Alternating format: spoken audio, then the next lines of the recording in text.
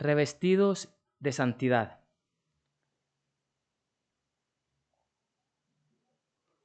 Vamos al Evangelio de Mateo capítulo 7, perdón, Mateo capítulo 7. Y vamos a leer inicialmente del 1 al 6. Dice la palabra del Señor: No juzguéis para que no seáis juzgados, porque con el juicio con que juzguéis seréis juzgados, y con la medida con que midáis os será medido. ¿Y por qué miráis la paja que está en el ojo de tu hermano y no echas de ver la viga que está en tu propio ojo?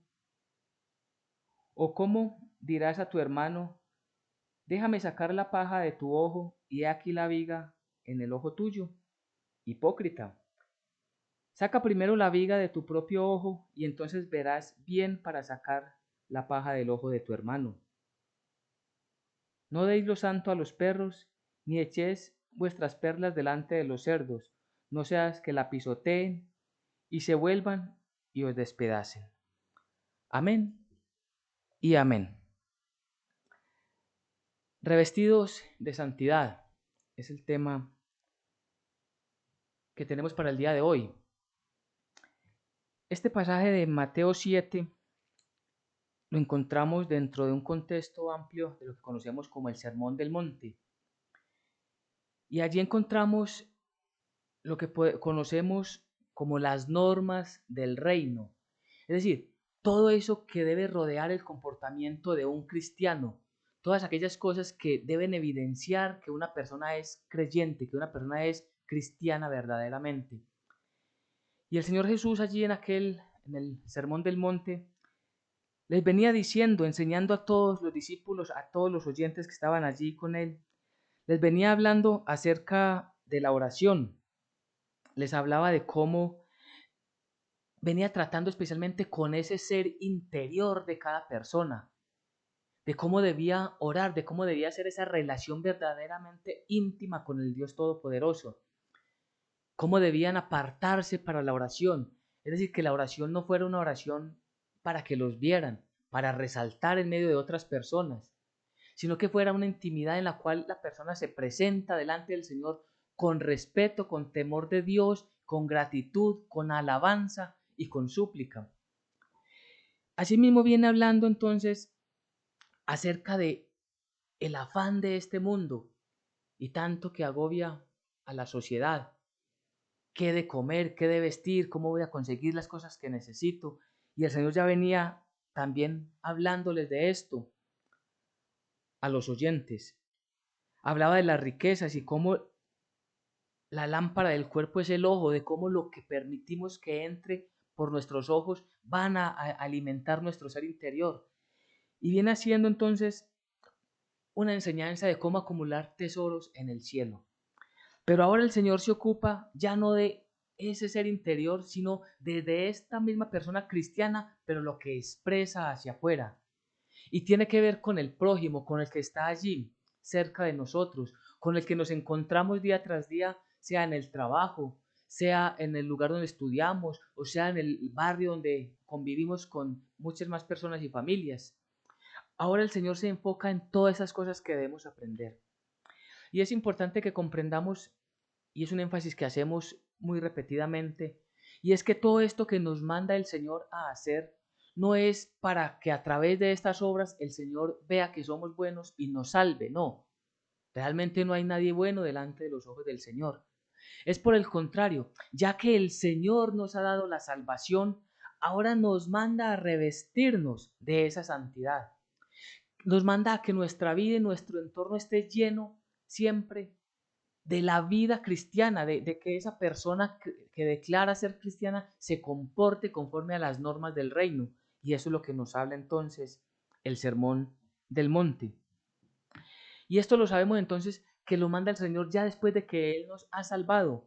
Si miramos rápidamente en Romanos 6:22, allí el Señor nos habla de que ya fuimos nosotros salvados. Dice, mas ahora que habéis sido libertados del pecado y hechos siervos de Dios, tenéis pues por vuestro fruto la santificación y como fin la vida eterna. El fruto del creyente es el comportamiento santo que debe demostrar todos los días de su vida. Y es algo que tenemos que ir incorporando cada vez más y más a lo que somos y a lo que hacemos. ¿Por qué decimos esto? Porque a veces parece que separáramos lo que es la vida cristiana, lo que es el momento de congregación y lo que es el momento de compartir entre hermanos, y una vida muy distinta a la que vivimos en medio de no creyentes, en medio de la sociedad, en medio de aquellos lugares donde no nos identifican como creyentes. Y tristemente ellos se llevan esa percepción de que nosotros somos simplemente religiosos y nos comparan con muchos creyentes de otras muchas religiones, mas sabemos que Cristo Jesús no vino a crear una religión, sino a llamar a una iglesia que Él mismo formó, que Él constituyó, los cristianos. Entonces lo que dice este pasaje es que ese fruto, el fruto de que hemos sido santificados, debe reflejarse en las cosas que hablamos, en las cosas que vivimos, en cómo tratamos a las demás personas. Y sobre esto nos habla el pasaje. Recordemos que santificación viene de la palabra santo, y santo significa apartados para Dios o también apartados del pecado. Entonces, si Dios ya nos libró a través de Cristo Jesús, hemos sido libertados, libres del pecado, porque quien no ha sido librado del pecado está atado al pecado. El maligno, el diablo, lo tiene aprisionado en cadenas de pecado, y por eso su vida cada vez más será de mal en peor, de pecado en pecado. Y nadie puede en sí mismo soltarse de esas cadenas. Solo hay uno que nos puede librar, que los puede librar, y es el mismo que nos ha librado a nosotros, Jesucristo, el Hijo Santo de Dios. Entonces, cuando ya hemos sido librados de esas cadenas de atadura, hemos sido librados de esa opresión del maligno, ahora que somos libres, tenemos que revestirnos cada día más y más de esa santificación, de ese vestido de santidad que el Señor nos manda. Y es algo que el Señor pone dentro de nuestras responsabilidades. El que nos santifica, perfectamente lo sabemos, es Dios, pero a través de su palabra, pero a través de las cosas que Él nos enseña, a través de todas las maravillas que Él nos muestra, a través del Espíritu Santo, entonces nosotros vamos adoptando, recibiendo, obedeciendo las cosas que el Señor nos está mandando. Esto es lo que nos enseña entonces la palabra del Señor. Entonces volvamos al Evangelio de Mateo capítulo 7. Y allí encontramos el primer versículo que dice, no juzguéis para que no seáis juzgados. Y es algo que es muy importante porque el Señor Jesucristo está llamando la atención tanto a los primeros oyentes como a nosotros el día de hoy acerca de un mal que es muy común en la sociedad. Ese mal que es tan común en la sociedad y que afecta directamente también a la iglesia cristiana es el juzgar con mucha severidad y con injusticia a las demás personas. Y es sobre esto que nos dice, no juzguéis para que no seáis juzgados. ¿Y qué significa? Realmente desde el original, cuando dice, lo leemos nosotros, no juzguéis, el original dice dejen de estar juzgando, es decir, dejen de estar haciendo algo que vienen cometiendo repetidamente. Y es muy importante tomarlo desde esta expresión del original porque de una vez afecta nuestras vidas. Si lo leemos así, simplemente decimos no juzguéis, es como si fueran las cosas que vamos a hacer mañana. Pero el original nos dice, desde hoy es imperativo, a partir de ya, dejen de hacerlo. Dejen de juzgar a las demás personas, dejen de buscar cómo hacer quedar mal a las otras personas, cómo descubrir públicamente y cómo divulgar aquellas cosas o aquellos defectos que tienen las demás personas. Y sobre esto nosotros debemos de prestar mucha atención, porque nosotros como creyentes no debemos de participar en aquellos grupitos donde se presenta para la crítica, donde se presenta incluso ni siquiera hablando de frente con la persona, sino a espaldas de la persona, hablar mal de los acontecimientos que ha tenido esta familia, esta persona, en uno u otro lugar, cómo ha sido el comportamiento de sus hijos, y lo hacemos con tal severidad que simplemente somos contados como incrédulos, como no creyentes. Entonces aquí vemos la primera enseñanza y es que dejemos de hacerlo. Es decir, el Señor está diciendo, si de pronto ustedes lo están haciendo, no, Él ha visto en nosotros malas palabras. Él ha visto en nosotros palabras déspotas en contra de nuestros semejantes creyentes o no creyentes. Y por eso dice, no lo hagan para que ustedes no pasen por lo mismo, para que ustedes no sean juzgados. Dice el versículo 2 entonces, porque con el juicio con que juzgáis seréis juzgados, y con la medida con que medís os serás medido. En una misma situación nosotros, ¿cómo nos comportamos? Es decir, en una misma situación le sucede a un vecino, le sucede a una persona de nuestro barrio, del lugar donde vivimos, la ciudad donde vivimos. ¿Cómo catalogamos esa ciudad, esa situación que sufrió esa persona, que vivió esa persona? ¿Y con qué dureza la estamos calificando? Y si esa misma situación sucede con nosotros mismos, con alguna de nuestra familia, con nuestros hijos, lo estamos juzgando con igual severidad. Lo estamos juzgando nosotros con la misma medida, con la misma vara. O tenemos una condición dura y fuerte en contra, para hablar en contra y para juzgar en contra de una persona que no es allegada nuestra. Y cuando toca nuestras entrañas, nuestro entorno, entonces tratamos de justificar la situación. Hay de pronto misericordia cuando toca nuestro entorno, pero no hay misericordia para con la otra persona. No hay misericordia con el prójimo. Pues sobre esto deja el Señor claro cómo debemos comportarnos. En una misma situación, cómo juzgamos si se trata a otra persona o de nosotros mismos. Es el mismo estándar. Es decir, somos duros con ellos y duros con nosotros de la misma manera. O con nosotros somos quizás muy persuasivos, pero no con las demás personas. Y aquí nos llama la atención y nos dice, con ese juicio vamos a ser juzgados. Y nosotros debemos de tener claro que quien ejerce la verdadera justicia es el Todopoderoso. De hecho, el Señor dice, mía es la venganza. ¿Y por qué?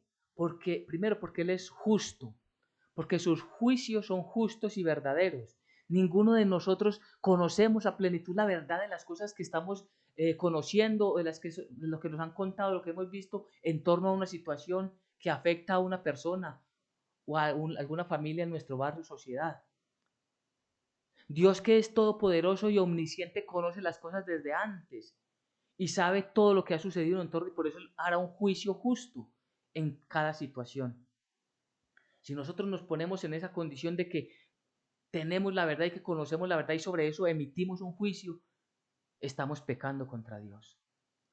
Debemos nosotros de hablar siempre teniendo palabras de misericordia, llevando palabras de restauración, llevando palabras de nuevas oportunidades en Cristo Jesús, para que las personas a través de esa situación que están viviendo sea esa la oportunidad para conocer el Evangelio de la salvación, el Evangelio que es por gracia.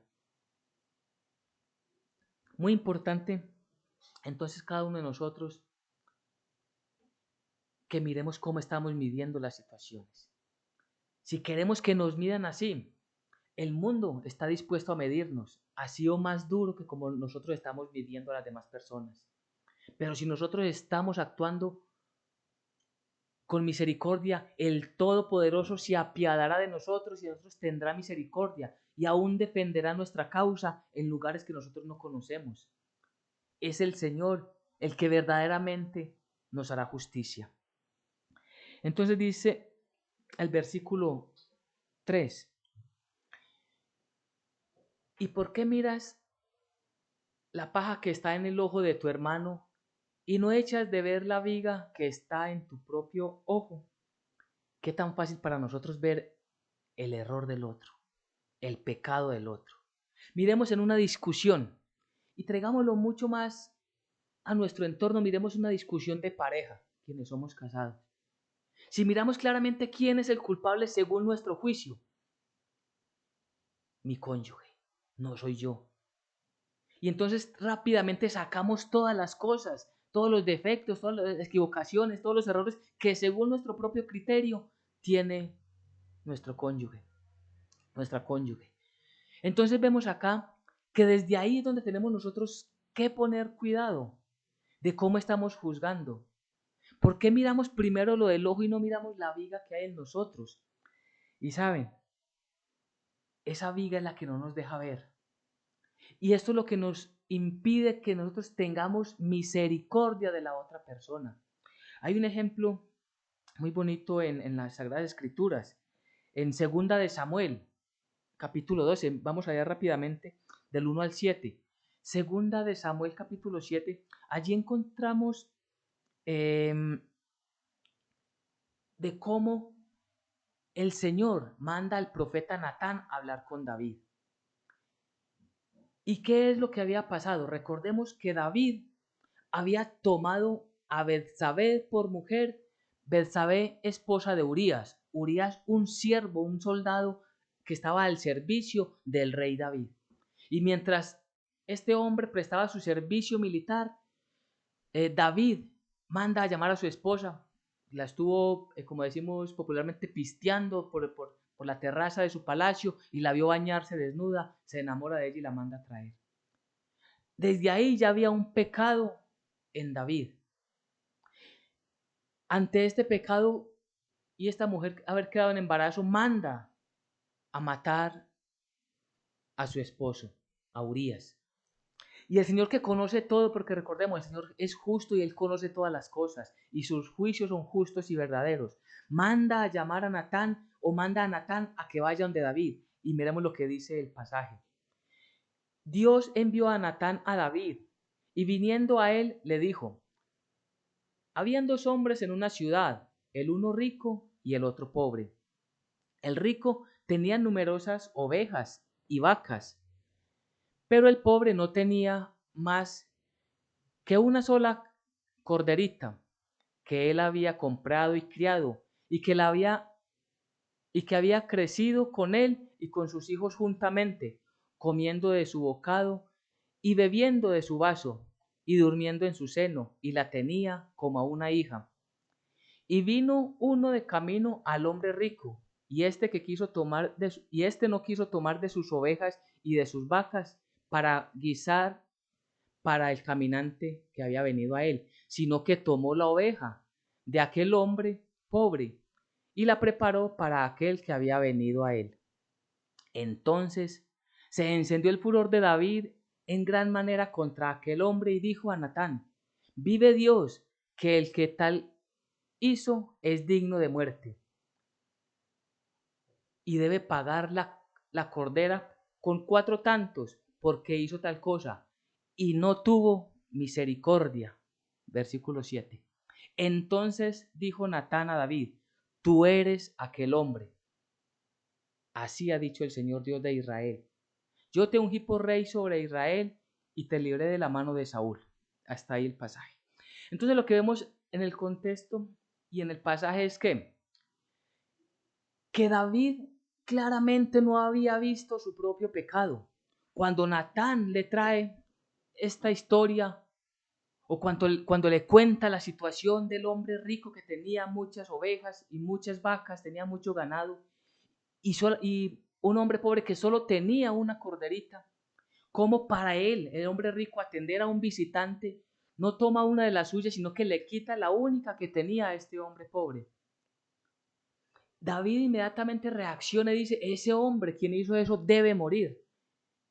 Y lo que le dice Natán: tú eres ese hombre. Vemos lo fácil que es ver el error, el problema, el pecado en la otra persona y no nos escudriñamos tan fácilmente nosotros mismos. Dice el pasaje en el versículo 6 que David no tuvo misericordia. Y eso es algo muy importante que tenemos nosotros que mirar, en lo que estamos estudiando hoy. Debe pagar, estaba hablando David, debe pagar la cordera con 4 tantos, es decir, 4 veces más. Era algo que tenían los judíos cuando robaban algo tenían que devolverlo 4 veces. Porque hizo tal cosa y no tuvo misericordia. Es decir, no tuvo misericordia de un hombre que pobre solamente tenía una. Y si lo ponemos en el contexto es, David tenía muchas mujeres, tenía varias esposas y tenía muchas concubinas con con las que tenía relaciones. Es decir, él no tenía por qué estar mirando a una mujer de otro hombre, a una mujer casada. Ahí va la enseñanza. Ahí va la enseñanza porque David no tuvo misericordia de aquel hombre que aparte le estaba prestando un servicio militar en favor de él.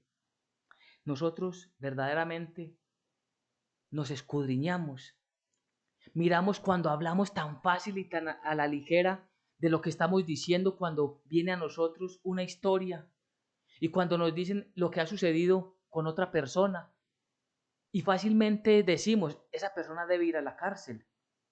Esa persona no debería estar viva. Esa persona debería de ser enjuiciada. Esa persona, y decimos, emitimos a la ligera rápidamente juicios de valor que no deberíamos estar emitiendo. Fue lo que le sucedió a David en el pasaje, lo acabamos de leer. ¿Y es que acaso nosotros conocemos la plenitud de todo lo que ha sucedido con esa familia, con esa persona, con esas familias en la sociedad, con una situación específica de un joven, de un niño, de un adulto? ¿A qué estamos llamados nosotros? Según el pasaje volviendo a Mateo 7. Estamos llamados a tener misericordia. Nuestro juicio, porque el Señor nos dice, no es, cuando habla de juicio lo podemos entender de dos maneras. Una, en el contexto que le está hablando, es juzgar con severidad y sin misericordia. Es decir, buscar cómo descubrir públicamente para hacer avergonzar a otra persona.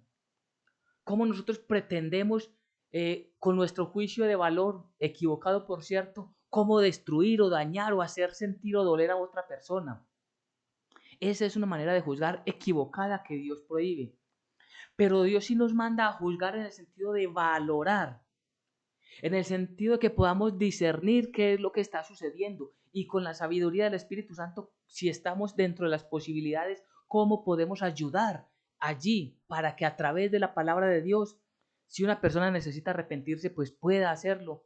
O si una persona necesita perdonar, pueda acercarse a través del perdón, reconociendo a Cristo Jesús como su Señor. O cómo podemos nosotros guiar a una familia para que puedan unirse, reconciliarse y volver a la presencia del Señor. Vemos la diferencia. Y sobre esto es que nosotros como cristianos debemos de revestirnos. Recordemos que debemos de estar revestidos de santidad. Esa santidad debe estar latente. Ese vestido es el mejor vestido que debemos de ponernos todos los días antes de salir de casa. Y es que debemos obrar conforme a un verdadero creyente, a un verdadero cristiano. Así debemos de comportarnos en el día a día. Y es allí donde tenemos nosotros que poner un guarda en nuestros labios porque fácilmente dejamos salir palabras que no necesariamente son de edificación. Repito, nosotros como cristianos debemos ser diferentes. Si participamos de una conversación en un grupo de amigos o personas allegadas o vecinos, nuestra conversación debe ser distinta, debe ser diferente a lo que ellos, como no creyentes, si lo son, como no creyentes, están hablando. Y si son creyentes y están en camino equivocado, nosotros también debemos de aprovechar aquello. ¿Para qué? Para discernir, para entender. Y si son creyentes, más fácil podemos ir a la palabra. Pero si no son creyentes, ellos nos tendrán que identificar por el cómo hablamos nosotros y cómo deseamos y cómo actuamos. Es allí donde debe estar siempre la diferencia. Entonces, punto importante, la misericordia. Así desde nuestro punto de vista sea culpable. Así desde nuestro punto de vista y lo poco que conocemos es merecedor de un castigo. Dios será quien lo haga. Dios será quien ejerza un castigo si a bien lo necesita. Versículo 4. Dice entonces en Mateo 7, versículo 4.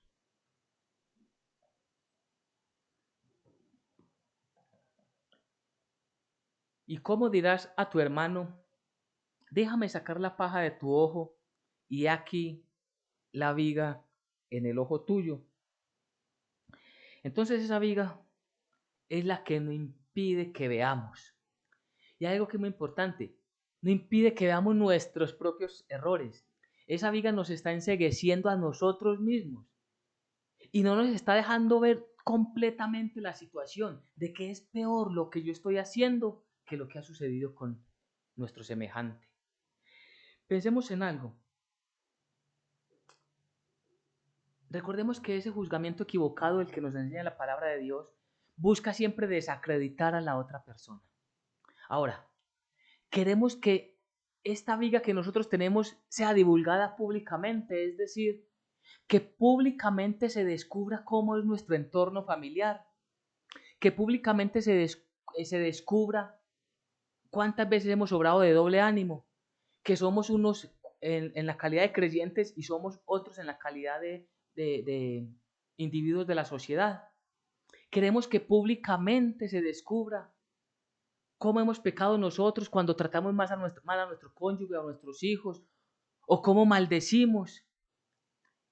Eso es lo que queremos que suceda, porque tenemos que mirar esa viga que tenemos nosotros, es decir, sabemos que somos imperfectos y que todavía estamos en una naturaleza caída, y que si queremos que de nosotros tengan misericordia, y que si queremos que de nosotros no se divulgue aquellos errores que hemos cometido, cuántas veces nos hemos equivocado y nos hemos exaltado en una fila, por ejemplo, haciendo una fila y perdemos la ida y nos enojamos. Entonces públicamente en la congregación que alguien nos diga, mire, este que está allí enseñando la palabra de Dios, mire cómo se comportó en tal lugar, allí en el puesto de salud, allí en la entidad financiera, allí en la oficina de servicios públicos. Cierto que no queremos que eso venga y se muestre delante de la congregación. Lo mismo, si esperamos que eso no suceda, ¿por qué vamos a nosotros a llevar para que se revele algo que una persona ha vivido y que quizás esté avergonzada? Es allí donde tenemos esa viga que tenemos que quitar primero, porque si quitamos esa viga primero, si empezamos a corregir primero nuestras vidas, si empezamos nosotros a entender lo que significa misericordia, entonces podremos avanzar en la ayuda de la otra persona. Tenemos que trabajar nosotros en estar dispuestos a servir a la sociedad sin juzgamiento. Y esto es algo que es muy importante. ¿Por qué? Porque este pasaje, principalmente los primeros versículos que dicen no juzguéis para que no seáis juzgados, lo toman muchas personas para decir, entonces, como usted es pecador y como yo soy pecador, entonces no hay problema que usted haga lo que usted quiera y yo hago lo que yo quiera. Yo no me meto en su vida y usted no se mete en mi vida. No, esa es una falsa y una mala interpretación del pasaje. No está diciendo eso. Dios no está diciendo que entonces nos alcahuetiemos los pecados. No, lo que nos está llamando es a que reconozcamos nuestras transgresiones al quitarnos esa viga, que reconozcamos que somos todavía muy débiles y que podemos caer fácilmente. Por allá el libro de Gálatas dice, aquel que esté firme o que se sienta firme, fíjese bien en no caer. Porque en cualquier momento podemos equivocarnos, podemos pecar y rápidamente tenemos que venir delante del Señor suplicando perdón. Lo que nos está diciendo el pasaje es, repito, cuando dicen no juzguen es, no lleguen ustedes temerarios, no lleguen obrando injustamente, no lleguen con severidad a las otras personas. A eso se refiere el pasaje, que podamos llegar con el deseo de alimentar más y más a las personas con el evangelio de la salvación. Y entonces dice el Señor, hipócritas, versículo 5. Dice, hipócritas, saca primero la viga de tu propio ojo y entonces verás bien para sacar la paja del ojo de tu hermano. Cuando nosotros ya hemos comprendido la palabra, nos quitamos esa máscara. Esa hipócrita, recordemos que hipócrita significa máscara, que tiene una parte de falsedad. Es lo que utilizan en los teatros el actor se pone una máscara para aparentar ser otra cosa o otra persona, con unas características, con un carácter distinto, con un comportamiento distinto. Entonces, cuando nos dice hipócritas, saca primero la viga de tu propio ojo, nos está diciendo, ya cuando ustedes por fin comprendan esta enseñanza, podremos nosotros entrar a ayudar a otras personas. Cuando nosotros ya comprendamos entonces que lo que el Señor nos manda a hacer es obrar con misericordia y como tener presente, ¿cómo puedo yo ayudar? ¿Cómo puedo? Mínimamente hay una forma y es orando. Aún sea el peor de los delitos o de los pecados que haya cometido una persona, aún así, Dios, ten misericordia de esa persona y de sus víctimas, del victimario y de las víctimas. Y nosotros debemos entonces ya, quitando de nosotros ese sentir y esa emoción que teníamos de que nosotros teníamos autoridad, nunca la hemos tenido, pero el engañador nos ha hecho creer eso, que tenemos autoridad para juzgar a otras personas, para condenar a otras personas, para justiciar a otras personas. Cuando nos quitemos esa hipocresía, esa máscara, esa falsedad, entonces entrará el ministerio de Cristo Jesús obrando a través de nosotros, obrando y llegando a otras personas, restableciendo, restituyendo, convocando mínimamente para que las personas vengan delante del Señor Jesucristo, lleguen delante del Señor. A partir de eso entonces veremos bien para ayudar al otro a salir de sus propios errores, a salir de su iniquidad, a salir de aquella maldad en la que vive. Y dice al finalizar entonces, no deis lo santo a los perros, ni echéis vuestras perlas delante de los cerdos, no sea que la pisoteen y se vuelvan y os despedacen. Y es importante, sabemos lo que tenemos que hacer.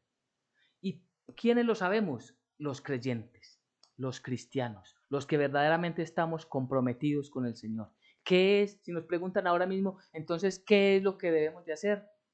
Recordemos el principio y es revestirnos de santidad. Como ya hemos sido nosotros desatados del yugo de la esclavitud del pecado, ahora que somos libres, nos revestimos de esa santidad, es decir, procuramos en todo momento y en todo lugar obrar conforme a la voluntad de Dios. Eso quiere decir el título, revestirnos de santidad. Es comportarnos de acuerdo a la manera de Dios. Entonces ya nosotros sabemos qué debemos hacer y cómo lo debemos hacer. ¿Qué debemos hacer? Obrar con misericordia. ¿Qué no debemos hacer? No debemos entrar con injusticias y con severidad a acusar a alguna persona para hacerla avergonzar públicamente. Eso es lo que no podemos hacer. Pero ¿qué sí podemos hacer? Orar por esa persona y a través de nuestra manera de vivir y de hablar, encaminarla al Evangelio de Jesucristo, al Evangelio que es salvación por gracia. Y entonces este versículo, ¿qué quiere decir? Nosotros a una persona, a un no creyente que está hablando, que está acusando, que está buscando dañar a otra persona, pues no podemos llegarle directamente con la palabra del Señor. No podemos decir, mire, lo que el Señor dice es que debemos de tener misericordia cuando la persona está llena de ira, de enojo, de contienda.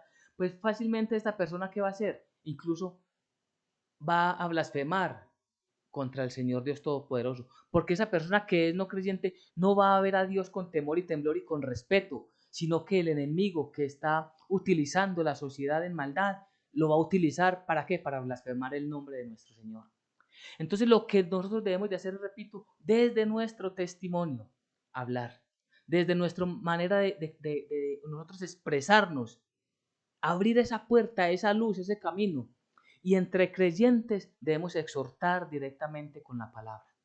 Hermano, hermana, recuerde lo que dice la palabra de Dios. Hermano, hermana, no está bien que nosotros como cristianos, como creyentes, nos expresemos así, de esa manera. Y pensemos nosotros antes de hablar en nuestro propio entorno. Así estemos hablando con nuestra familia, que son muchos no creyentes, o amigos, conocidos, vecinos que no son no creyentes. Nuestra forma de llegarles a ellos es desde el testimonio. Esta persona habla distinto. Mientras ellos maldicen, nosotros bendecimos. Mientras ellos dicen palabras bruscas, groseras, nosotros honramos a Dios. Y esto es lo que nosotros debemos tener, por cierto, en nuestras vidas.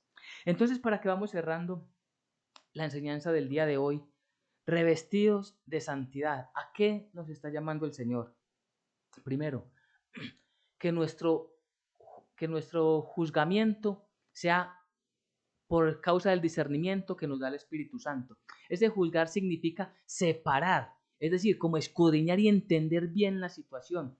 Porque si nosotros estamos llamados a una consejería, a apoyar a alguna persona que nos dice qué debo hacer en este caso, nosotros recurrimos únicamente a la palabra de Dios. Entonces nosotros tenemos que entender, escudriñar qué es lo que ha sucedido para, guiados por la palabra y el Espíritu de Dios, entonces enseñar a esta persona qué debía hacer, siempre invitándolo a la oración y a la meditación bíblica. Segundo, en ningún momento nos unimos a esas conversaciones vanas que siempre llevan perversidad. No, siempre estamos nosotros alejados de eso.